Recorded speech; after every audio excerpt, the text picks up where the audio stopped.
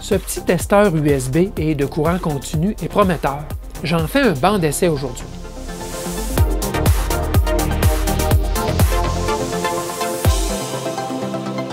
Bidouilleuse, bidouilleur, salut! Je désirais depuis un bon moment me procurer un petit testeur de tension et courant USB. C'est en fouillant sur Banggood que j'ai remarqué ce petit testeur USB plus, si on peut dire. C'est-à-dire qu'en plus de mesurer le courant et la tension des ports USB standardisés, il a la capacité de travailler jusqu'à 32 volts et de passer jusqu'à 5,1 ampères. Il peut aussi calculer la capacité des batteries et même monitorer la température en y ajoutant une sonde de température optionnelle. On peut aussi fixer des points de coupure de tension et de courant et même de température. Finalement, il offre un lien Bluetooth avec une application de téléphone portable gratuite. Beaucoup de promesses pour un item d'une vingtaine de dollars. Eh bien, j'étais trop curieux, je m'en suis procuré un et je vais le mettre à l'essai aujourd'hui. On verra bien si les prétentions sont vérifiées. Je vous montre tout de suite l'item de plus près. Alors, voici comment le testeur se présente. Dans un petit boîtier de plastique, très mince, là, on va se le dire, là, mais quand même, ça protège, c'est mieux que de ne pas en avoir du tout.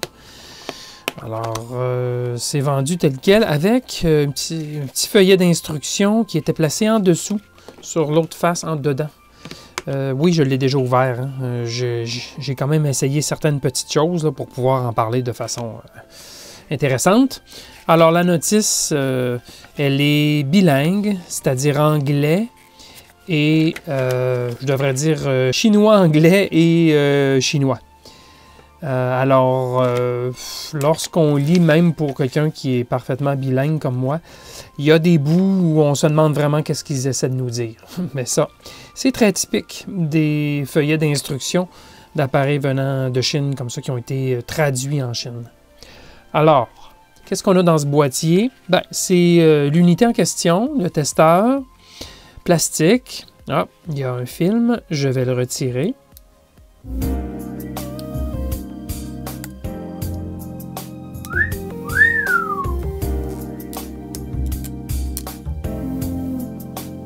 Et voilà. Alors, c'est peut-être pas très clair pour vous. Le lettrage est argenté, gris argenté, et le fond est noir. Donc, dépendamment de l'angle, vous ne verrez peut-être pas tout ce qui est écrit. Quoi qu'il en soit, on peut le regarder d'un peu plus proche comme ceci. Alors, c'est un testeur à 8 connexions. Il semble y en avoir 8 tout le tour. On a 5 entrées. Elles sont identifiées comme étant input. OK, donc input, donc USB 3.0, donc USB, prise type A. Ici, c'est une entrée coaxiale, 5,5 mm. USB type C. Et il y a une quatrième entrée qui n'est pas vraiment identifiée comme étant une entrée, mais elle est marquée Power Supply 4 à 30 volts ou NTC, puisqu'on peut mettre une sonde de mesure de température sur les accumulateurs qu'on veut recharger. On peut mesurer aussi la température et stopper la charge si jamais la température est dépassée. Donc ça, c'est optionnel par contre, ça ne vient pas avec l'unité à la base. Alors, 5 entrées et 3 sorties. Qu'est-ce qu'on a comme sortie? USB type C. Ici, USB 3.0. Donc, le fameux type A et coaxial 5,5 mm. Bon. Moi, je vais vous dire tout de suite d'entrée de jeu, j'aurais apprécié quelque chose avec des vis, des bornes, quelque chose qui sert des fils. On n'a uniquement que 3 connecteurs et cet appareil peut aller jusqu'à 5 ampères, 5,1 ampères, je crois. Et il n'y a aucun, même ce connecteur-ci, 5 ampères, je vais vous dire, là, les USB ne se rendent pas jusque-là, du moins aux dernières nouvelles, à ce que je sache. Le coaxial ici, 5 ampères, là, donc un peu faibleau de ce côté. J'aurais apprécié peut-être un bornier avec des vis, quelque chose, un connecteur Phoenix ou autre. Et même chose pour l'entrée. Donc, c'est vraiment beaucoup plus axé sur USB, donc charge d'accumulateur à travers du câblage USB, bien que ça peut supporter jusqu'à 32 volts. Mais bon, il y a toujours l'entrée coaxiale, sortie coaxiale qu'on va bien sûr tester. On va voir si elle fonctionne bien. Alors, le boîtier est en plastique et au vu des différents connecteurs, il faudra bien sûr faire gaffe de ne pas trop tordre ou forcer les connecteurs. Donc, attention au stress mécanique que vous pourriez mettre sur ce genre d'unité. Mais sinon, avec le petit boîtier ici de protection, c'est quand même intéressant comme présentation. Et même l'unité, le fait que ce soit comme une forme de pieuvre là, où on branche un peu sur toutes les faces, c'est intéressant comme approche. Maintenant, on va l'allumer. Alors, pour alimenter l'unité, je vais utiliser cette extension USB qui est branchée sur un concentrateur USB. Et lorsqu'on le branche, bien, l'affichage tout de suite apparaît. Là, je dois vous dire que j'ai monté l'intensité au maximum. Elle était à 5 et je l'ai montée au max, quoi qu'il est 10. Et on peut changer le mode d'affichage. Ici, c'est le mode qui est complexe avec les différents réglages, en plus des mesures qui sont faites en temps réel, la tension, le courant et la puissance.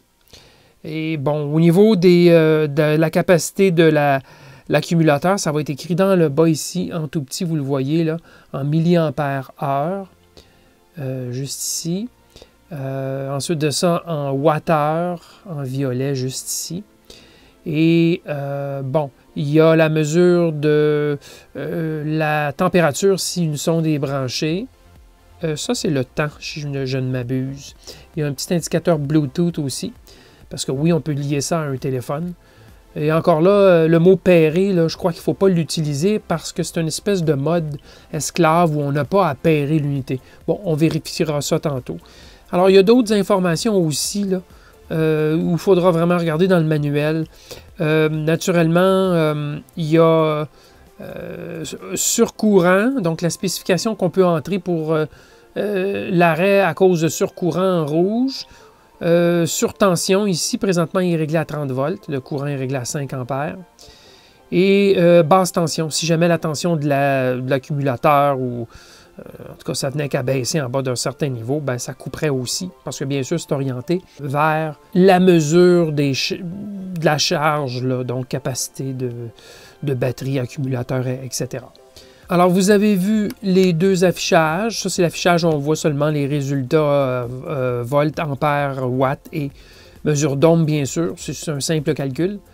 Et l'autre écran, ben, il y a évidemment éteindre l'écran et il y a l'affichage complet.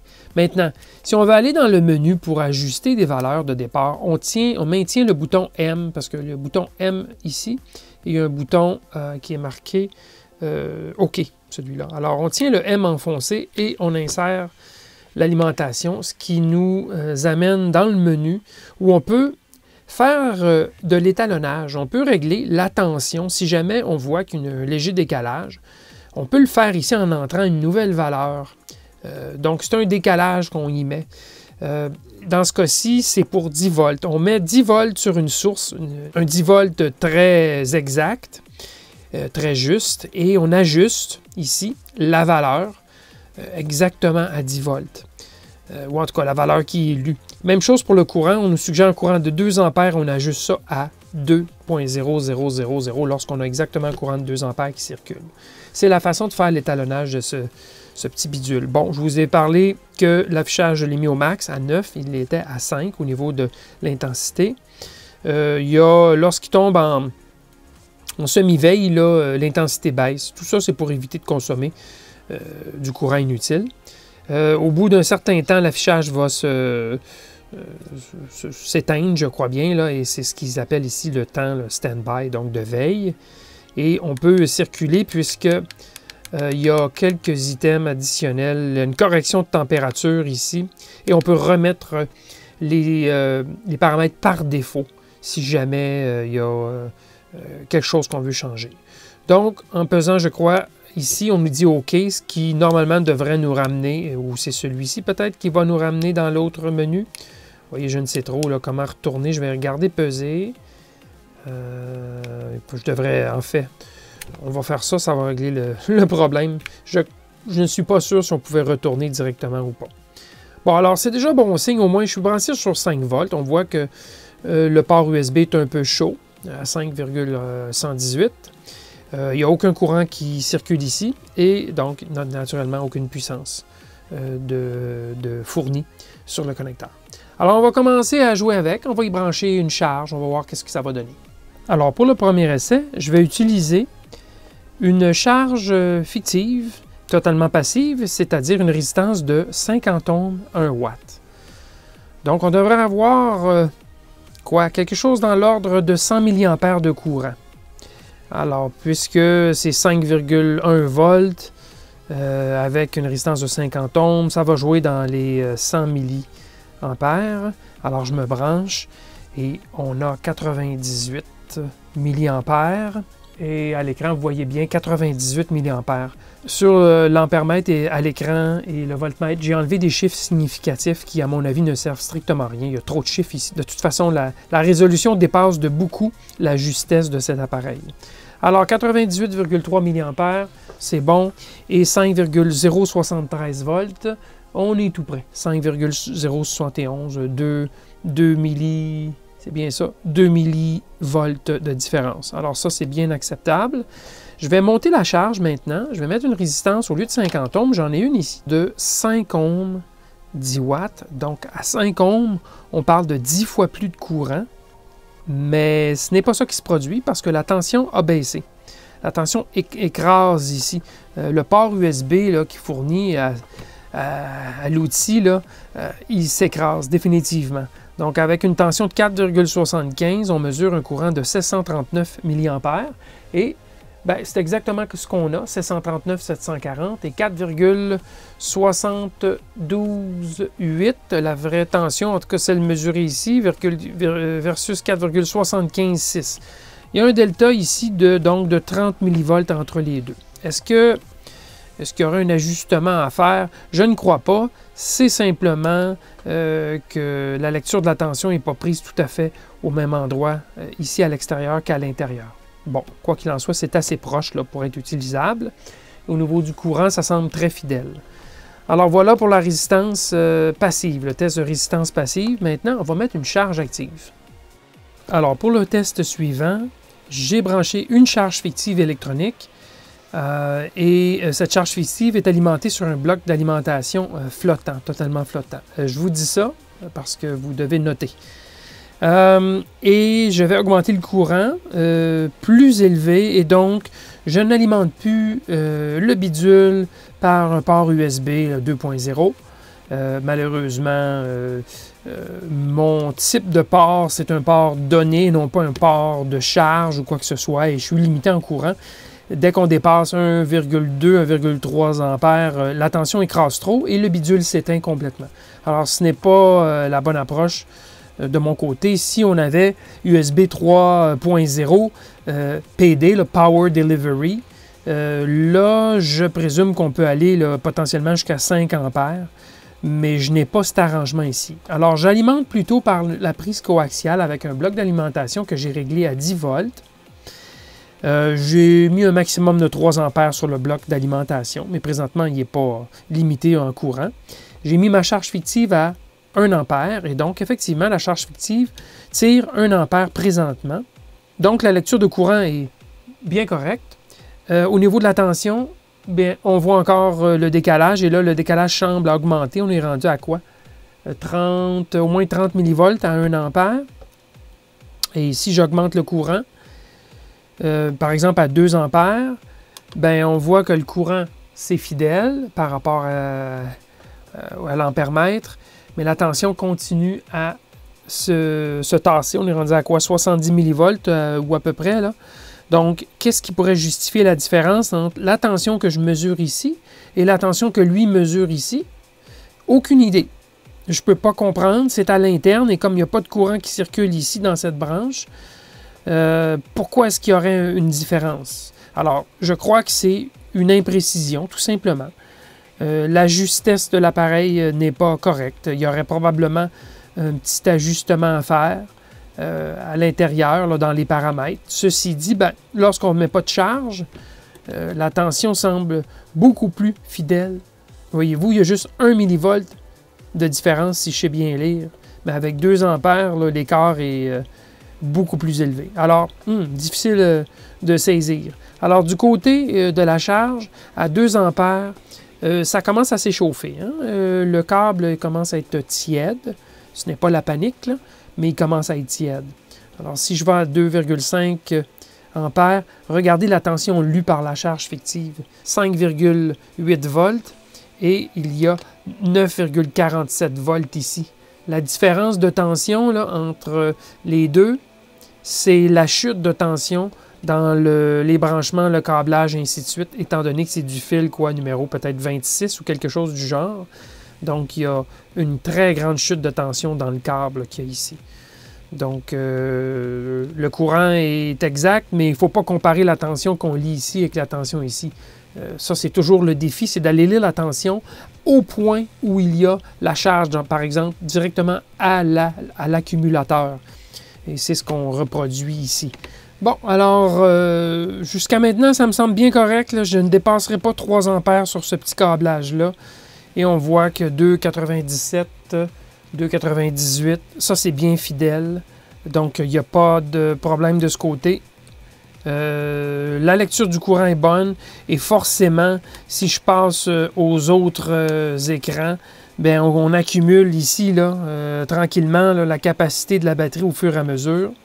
Et bien sûr, tout ça s'arrêterait si la tension chutait plus bas qu'un des réglages qu'on a fait.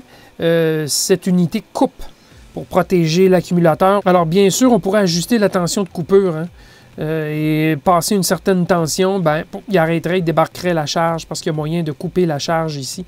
Il peut le faire. C'est la seule chose qu'il peut faire en réalité. Il n'y a aucun contrôle sur la tension ni au courant, mais il peut déterminer que lorsqu'un courant est rendu à un certain niveau ou une tension est rendue à un certain niveau, on coupe pour protéger les accumulateurs. Donc, c'est comme un mini-contrôleur d'accumulateur, un contrôleur de charge, mais c'est plus un moniteur qu'autre chose. D'accord. Maintenant, je vais vous illustrer un problème qui est plus sérieux, plus sévère, à mon avis. Voici. Vous voyez présentement qu'on a la tension de 5,116 et 5,121 ici, mesurée par le voltmètre. Bon, il n'y a pas de courant qui est tiré par la charge fictive présentement, mais regardez ce que je fais. Je pars la charge fictive. On devrait avoir un courant de 800 mA, mais non, 557 mA, alors qu'en réalité, on consomme 750. Alors, ici, il y a un petit offset, là, mais regardez, on consomme 750, mais il indique 567. Alors, qu'est-ce qui a changé sur le montage pour que ça indique tant d'erreurs entre la réalité et ce qui est affiché? C'est que j'ai mis à la terre le côté négatif de ma charge fictive. J'ai découvert ça par hasard. Je ne comprenais pas pourquoi il y avait un décalage vraiment si prononcé. Et c'est qu'il y a des courants qui circulent entre la terre de l'ordinateur, ou en tout cas ici c'est le concentrateur USB, mais le concentrateur lui est branché à l'ordinateur bien sûr, par l'entremise des câbles USB, et l'ordinateur est branché à la terre. Donc il y a ici une référence à la terre, et il y a ici une référence à la terre aussi, puisque la borne négative, elle est mise à la terre présentement sur le bloc d'alimentation. Ce qui, à mon avis, à mon humble avis, je ne suis pas certain, mais je crois que c'est la façon qu'ils mesurent le courant dans l'unité ici, c'est-à-dire qu'ils doivent le mesurer sur le côté de la tension la plus basse et non pas sur le côté positif, là.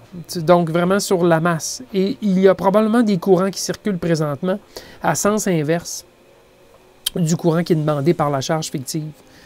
Et ça vient bousiller complètement la lecture. Donc, pour moi, c'est majeur. Parce qu'il faudra toujours s'assurer que si l'alimentation qui est fournie pour faire l'essai est mise à la terre, bien que la charge ne soit pas mise à la terre. Et vice-versa, bien sûr. Alors ça, pour moi, c'est un gros problème, compte tenu que l'USB, ça peut potentiellement être mis à la terre. Bien sûr, si c'est une batterie, un accumulateur qui est flottant qu'on met sur le bureau, il ne sera pas référencé à la terre, alors que la charge fictive, elle l'est. Mais moi, si vous voulez vous servir de cet outil-là pour faire toutes sortes d'essais autres que juste de travailler avec des accumulateurs puis monitorer de la charge, bien ça, c'est un gros hic, un gros problème qu'il faut vraiment comprendre. Et regardez bien, je vais déconnecter cette mise à la terre, regardez le courant, voilà, c'est fait. Et voilà, 800 mA, on est monté d'un seul coup, simplement parce que j'ai déconnecté le lien entre la borne négative, ici, entre la borne négative et la terre. Tout est rentré dans la normale. Ah, moi, personnellement, je ne trouve pas ça acceptable. Alors, côté application, elle est, je vous dirais, intéressante, mais très mal faite. Bon, qu'est-ce qu'elle fait? Elle permet de sauvegarder les données. Ça, c'est une chose qui peut être intéressante. Et elle permet aussi de faire la configuration des différents petits paramètres ici. Parce qu'on s'aperçoit que ça prend une éternité pour modifier les différentes valeurs ici. Il faut, comme pour changer de champ, il faut maintenir pesé au moins 3 secondes. Ça prend une éternité pour aller, par exemple, remettre à 0 tous les compteurs. Donc, avec l'application, c'est plus rapide. On utilise le bouton Setup ici.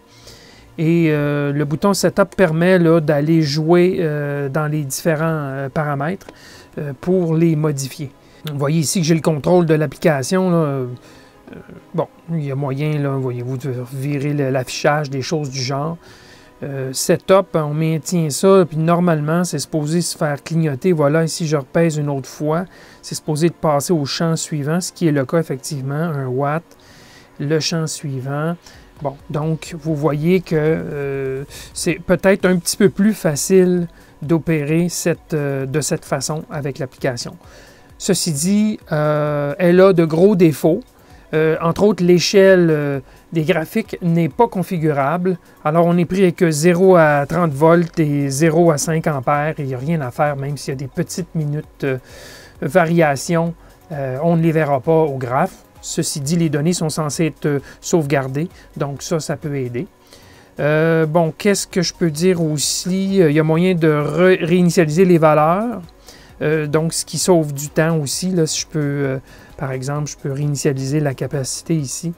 On va retomber à 0 au niveau de la puissance et ces choses-là. Là. Donc, là, est-ce qu'il fait? Laissez-moi voir. Bon, il est censé, oui, il a remis le compteur à 0. Il n'a pas remis la capacité à 0. C'est peut-être que je ne pesais pas sur le bon bouton. OK, voilà, ça a été fait. Ça a été remis à 0. Donc, l'interface, très so-so, très moyenne. Et la fonctionnalité, ben, peut-être plus facile un petit peu qu'ici avec 2 simples boutons, parce que 2 boutons, c'est nettement insuffisant pour tout ce qu'il y a à contrôler sur cette unité. OK? Bon, pour ce qui est du pairage, bien, ce n'est pas un pairage, je vous l'avais mentionné et c'est bel et bien le cas. On installe l'application e-test qu'on peut trouver sur Android et je présume iOS aussi, le Store Apple. Là. Ici, c'est dans la Android Store. Là. Et ce n'est pas évident, là, mais on finit par la trouver e-test. En tapant Mostool UD18, on finit par trouver.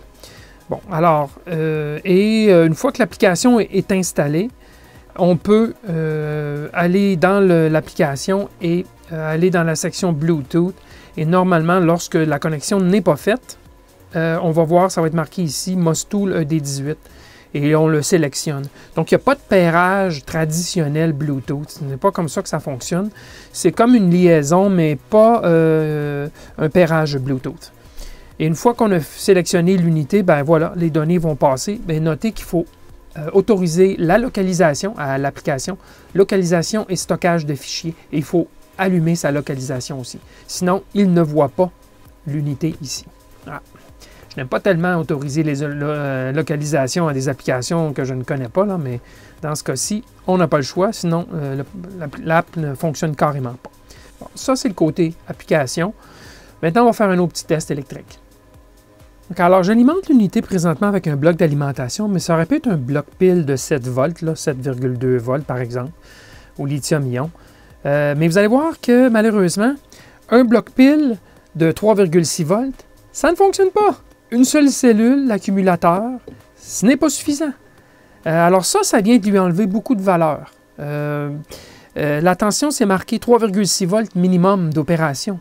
Donc, que voulez-vous? Il faut au moins avoir 2 cellules en série pour pouvoir faire des essais d'accumulateurs. Donc ça, c'est un peu décevant. Je comprends qu'il y a un minimum de tension pour que l'unité puisse fonctionner comme il le faut, là, mais ça vient de lui enlever quand même une certaine valeur. Bon, quoi qu'il en soit, je vais faire un petit essai puis je vais vous montrer que même, par exemple, 4 volts, là, c'est très, très limite. Alors, j'ai configuré pour que la coupure d'une décharge, ici c'est une charge fictive, là. Présumons que c'est un accumulateur qui est branché ici, pour que le système coupe à 4 volts. C'est bien ce qui est écrit ici, si vous voyez, c'est écrit 0,4, à plus petit que 0,4 V, donc ça c'est low voltage, ça devrait couper, d'accord?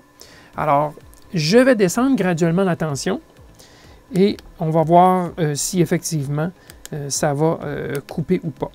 Alors, je descends. Alors, normalement, ça devrait couper dans les alentours de 4. Et je vais ralentir lorsqu'on y sera presque rendu. Et vous voyez que déjà, l'affichage commence à clignoter. Je ne sais pas si c'est visible pour vous, là. Excusez-moi si ça bouge. Tiens, je continue à descendre. Vous voyez, l'affichage commence à clignoter et là, il indique 4,2 volts. On sent qu'il commence à être essoufflé. Regardez, ça clignote de plus en plus. Alors, je descends.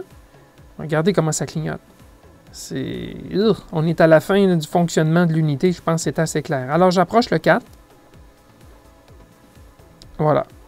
Alors là, je suis au point allumage, éteignement, allumage, éteignement. Alors, ce que je crois qu'il doit se produire ici, c'est qu'il y a une oscillation. Je suis juste sur la limite, mais lorsqu'il ne tire pas de courant, il se rallume. Aussitôt qu'il se rallume, il se remet à consommer du courant et il s'éteint. Donc, je suis en oscillation, visiblement. Alors, si je descends beaucoup plus pour vraiment le faire s'éteindre, là, il semble s'être éteint. Si je rapplique la tension, et voilà. Là, il m'indique qu'il y a eu une tension trop faible. Donc, under voltage, donc le mode de coupure à cause d'une tension trop faible, a été enclenché. Donc, il a cessé, autrement dit, et là, il vient de déconnecter la charge. Mais vous avez vu que c'était très limite comme tension. Même à 4 volts, là, on voit que le fonctionnement est erratique. Donc, même à 5 volts, là, si vous mettez 4,5 volts, probablement que le fonctionnement va être mieux fait, là, mais on voit qu'à 4 volts, là, ce n'est pas correct. Là. Donc, c'est agaçant un petit peu ce genre de comportement. Bon, là, j'ai monté la valeur à 6 volts. Je vais recommencer le test pour voir comment il se comporte. Remarquez que c'est par incrément d'1 volt. Hein? On ne peut pas faire une coupure à 6,2 volts ou 6,4 ou 5,6. Là encore, décevant. C'est difficile de faire une coupure assez juste, là, à une tension de décharge limite qu'on pourrait mettre sur un accumulateur. Donc, très limitant. Alors, je vais descendre la tension à nouveau et on va voir qu'est-ce qui va se produire. Est-ce qu'à 6 volts, il va bien couper de façon plus propre, je vous dirais. Alors, je suis tout prêt. Alors, je continue. Hop, voilà. Alors là, voyez-vous, il n'est pas passé en oscillation, étant donné qu'on est bien au-dessus de sa tension de fonctionnement minimal. Alors là, il est tombé en protection parce qu'il était baissé en bas du 6 volts, la tension minimale que j'avais autorisée. Alors là, vous voyez l'idée derrière la protection et vous voyez aussi la limite de l'utiliser à des tensions plus basses que 5 volts. Alors, voici venu le moment de résumer mes impressions de ce testeur Mostu UD18. D'abord, du côté des choses que j'ai appréciées, l'écran est net. Faut lui donner ça, c'est net, c'est clair, mais malheureusement, c'est un peu chargé sur l'écran avec les polices plus petites. Là. La mesure du courant, bien, les lectures étaient quand même pas mal justes, même presque impressionnantes. Par contre, il fallait absolument que le tout soit flottant. Au niveau des tensions, c'était une justesse acceptable, bien qu'on a noté qu'il y avait une petite dérive au fur et à mesure que le courant augmentait. Il y avait la possibilité d'établir des limites de tension et de courant avec une interruption lorsque ces limites sont franchies. Ça, c'est vraiment un plus pour l'appareil. On peut dire de façon générale que la construction était de qualité adéquate, sans plus, c'est en plastique. Si on fait attention, ça devrait durer, mais il ne faut pas trop stresser les connecteurs. Finalement, le petit coffret de rangement, c'est apprécié. Ça nous permet là, vraiment de le protéger lorsqu'on ne s'en sert pas.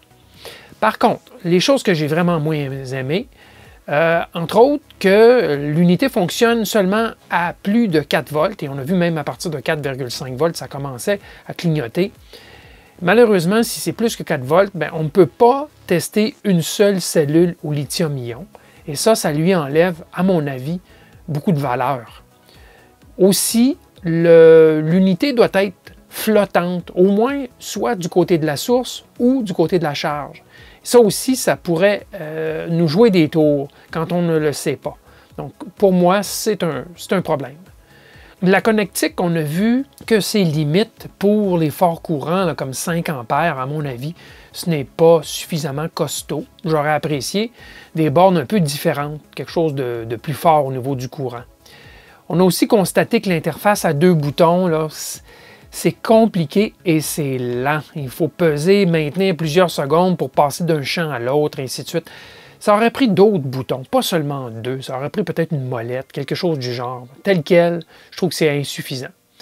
On a constaté que l'appli de téléphone fonctionnait à travers le Bluetooth. Par contre, c'est perfectible.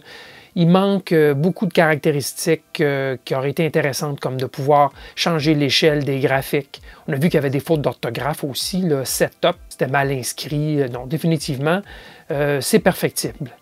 Le feuillet d'instruction est franchement insuffisant. En couleur, ceci dit, mais mal traduit et, à l'anglais, et surtout même pas en français. Donc, définitivement, c'est insuffisant.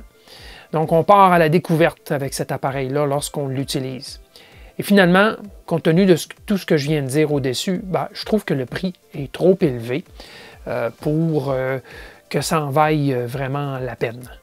Donc, en conclusion, compte tenu des attentes initiales et du prix, les faiblesses et lacunes constatées aujourd'hui sont trop importantes pour que je recommande l'achat de ce testeur en tant que testeur universel.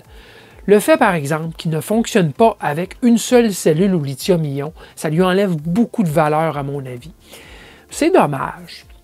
Au mieux, il va me servir à vérifier la consommation de courant de mes périphériques USB, en autant que leur masse soit flottante cependant.